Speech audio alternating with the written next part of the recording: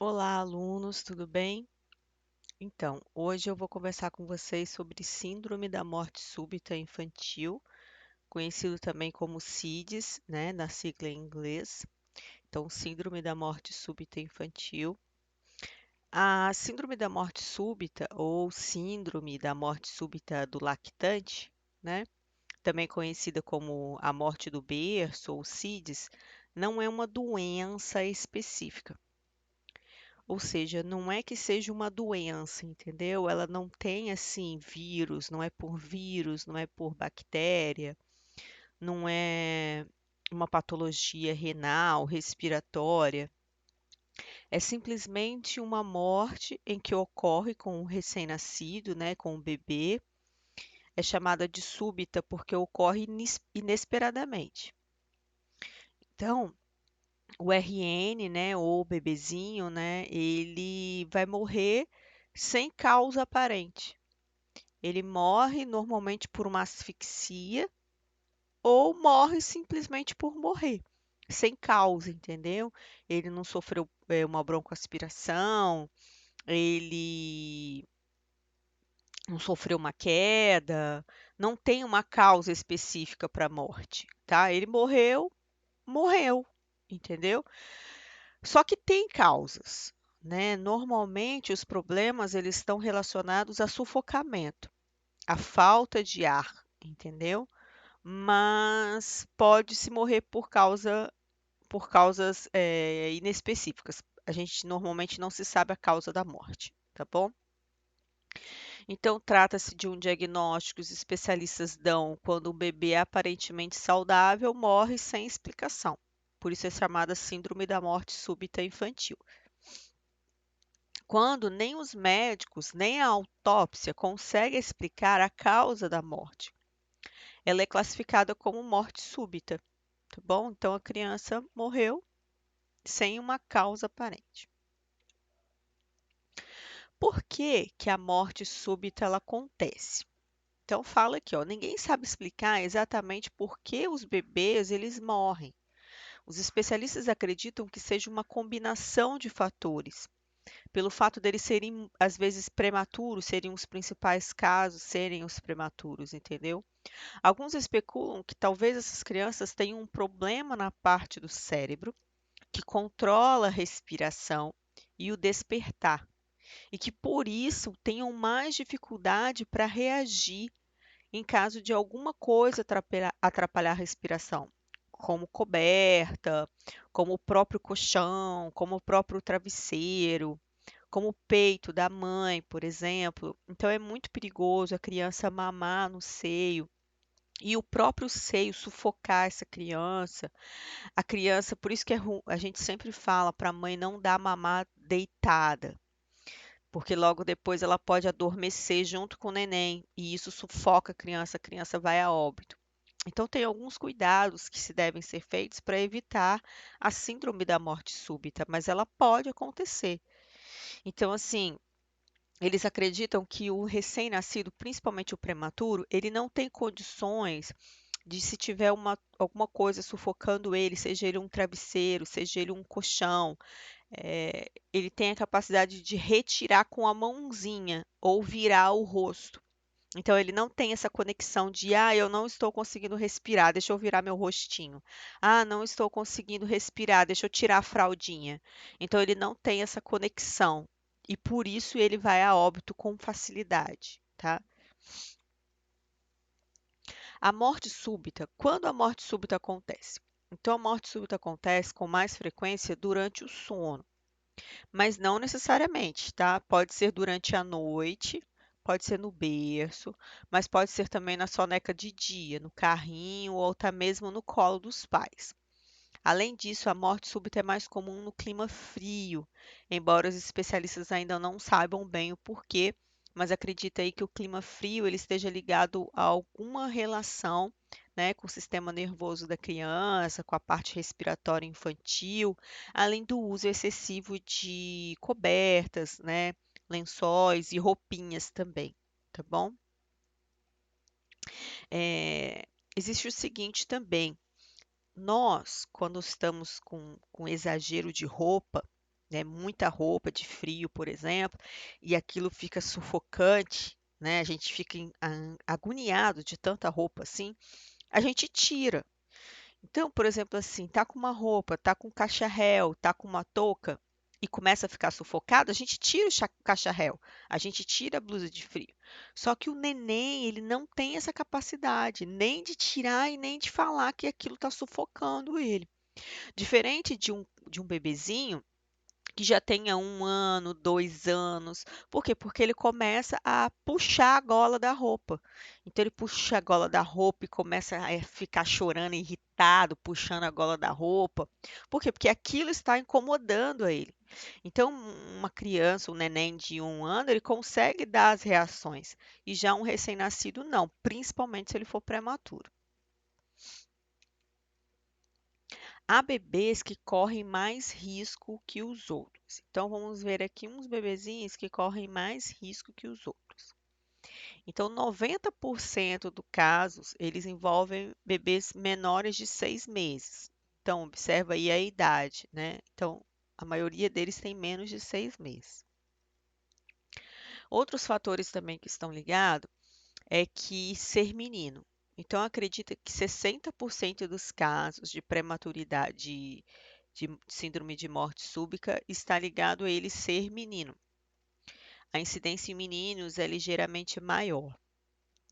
Acredita-se pelo fato dos meninos serem tratados com um pouco mais assim de liberdade, tá bom? Do que a menina, né? Que normalmente os dois pais têm maior preocupação. Ter nascido prematuro. Então, prematurinho, ele tem grande chance de ter morte por síndrome da morte súbita, sem causa aparente. Ter nascido com baixo peso. E a mãe ser muito nova, mãe com menos de 20 anos. Então, normalmente, os índices de síndrome de morte súbita estão ligados a esses fatores. Serem bebês menores que 6 meses, prematuros, baixo peso, mãe menor que 20 anos e ser menino. Bom, então, como foi falado, a síndrome da morte súbita, ela é uma morte sem causa aparente, né? A respiração para, o coração para e a criança vai a óbito. Só que existem algumas formas da gente tentar evitar com que essa síndrome da morte súbita ela aconteça. Então, né, vamos a elas agora, tá bom? Põe o bebê para dormir de barriga para cima. Então, sempre colocar o RN para dormir de barriga para cima. Aí algumas pessoas falam assim: "Ah, mas é ruim porque o bebê acabou de mamar e a gente põe ele para deitar e tem que botar a cabecinha de lado, né? Então, normalmente, o bebezinho acaba de mamar, a mãe pega e coloca ele de ladinho para, né, caso se ele for eructar, né, ou regurgitar, ele esteja de lado. Só que, pessoas, o ideal não seria nem deitar após a mamada, tá? Então, o ideal é após as mamadas ele permanecer aí uns 20 minutinhos ainda no colo da mãe, tá? Ou em posição de semi-Foley, abaixo com alguma coisa abaixo do colchão, né? Até vende, sim, em locais que vende coisas próprias para a área da medicina, tem, né? Tem umas barrinhas próprias, tem cadeirinhas próprias para isso. Então, o ideal não seria nem colocar ele para deitar após a mamada. Mas, em alguns casos, algumas mães, como o bebezinho dorme, né? Prefere botar ele para deitar. O que pode ser feito é lateralizar o bebezinho, mas ficar em observação, né? Então, tem que estar observando o tempo inteiro, principalmente após a mamada, que corre o risco dele regurgitar, tá bom? Então, tem que ficar se observando, se for para botar de lado. Agora, se for a dormida da noite, que é aquela dormida, põe ele para dormir e vocês irão dormir também, tem que ser de barriga para cima, tá bom? E isso são prevenções que foram feitas através do Ministério da Saúde, tá bom? Então, o bebezinho ele tem que dormir de barriga para cima. Aqui não está escrito aqui em cima, entendeu? Mas aqui embaixo a gente tem uma figura que não se pode colocar o neném para dormir no meio dos pais. Por quê? Porque à noite, né, os pais estão dormindo, alguns pais tomam remédio para dormir. Quando eles chegam de manhã, o bebê está morto, tá? Então não pode dormir entre os pais. Outra coisa é evitar isso aqui, ó, evitar travesseiros, colchões muito fofos. Por quê? Porque quando o nenenzinho ele dorme em cima desse local, ele faz um aprofundamento no tecido, no colchão, no travesseiro. Esse aprofundamento faz com que as laterais, olha, elas ficam tamponando as narinas. Então é perigoso o nenenzinho, não precisa nem tamponar a narina, mas a falta de ar que existe aqui, ó, né, a liberdade de respirar que falta aqui, principalmente se ele for prematuro, que já tem as vias aéreas um pouco dificultosas, tem a respiração mais difícil, uma respiração rápida mais difícil. Então, isso aqui não pode, porque daí essas laterais que ficam fofas acabam obstruindo ele para poder ele conseguir respirar, tá bom? Então, não pode usar travesseiros. Elimine o uso de travesseiros, pelo menos no primeiro mês ao terceiro mês de vida, né? Se for prematuro, nem pensar. Mas até o terceiro mês de vida, elimine o uso de travesseiros. Colchões, tem que ser colchões firmes para ele não afundar no colchão, tá? Pare de fumar durante a gravidez, porque vai dificultar a respiração do bebê.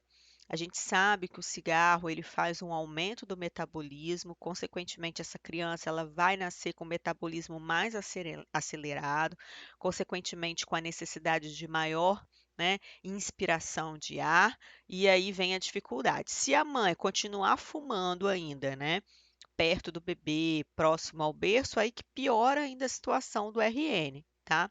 Então não pode fumar e não deixe que as pessoas fumem perto do bebê, porque isso leva ao sufocamento.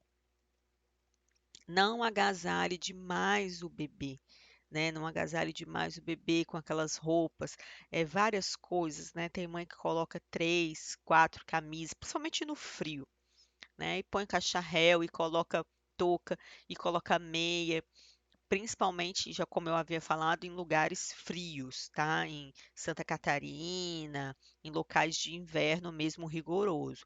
Então, não se deve aquecer esse bebê demais com roupas. Por quê? Porque as roupas elas sufocam. E como eu falei, quando crianças de 1 ano, por exemplo, eles puxam a golinha da roupa e falam que estão ficando não é, não falam, né, porque ainda não estão falando, mas eles demonstram que aquela roupa está sufocando ele, tá bom?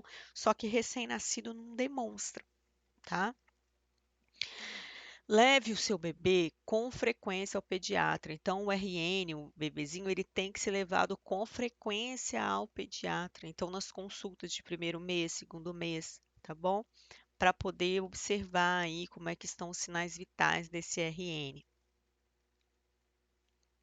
E aqui tem, tá vendo, né, segundo o Ministério da Saúde, como que deve ser o berço do bebê.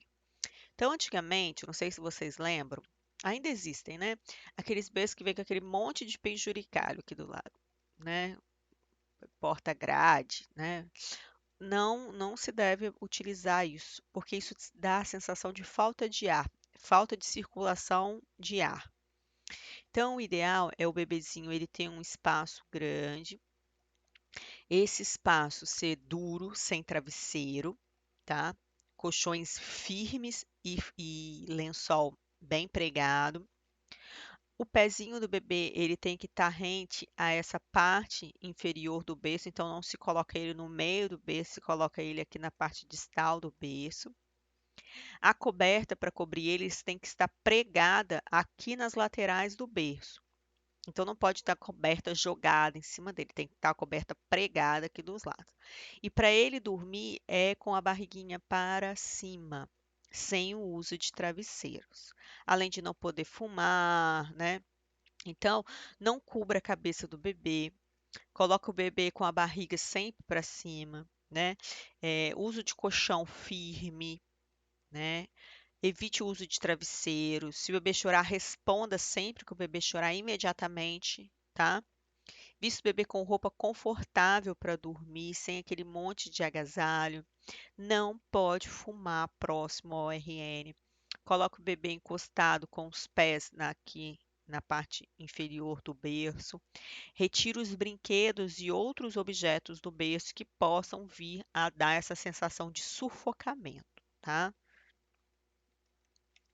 Bom, e então essa foi a nossa aula de hoje, né? Nossa aula foi uma aula rápida sobre síndrome da morte súbita, né? Então, o que deve ser evitado foram essas as orientações de se evitar, né, a utilização de, de excessos de coisas sobre o bebê.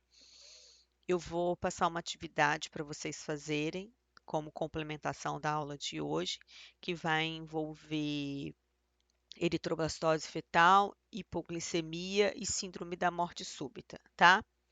Espero que vocês tenham entendido todo o conteúdo de aula sobre a síndrome da morte súbita, sobre a hipoglicemia no neonatal e sobre a eritroblastose fetal, que é uma incompatibilidade sanguínea. Qualquer dúvida que vocês tiverem, é só entrar em contato comigo, tá bom? Que eu estarei à disposição de vocês. É isso, pessoal, e bons estudos.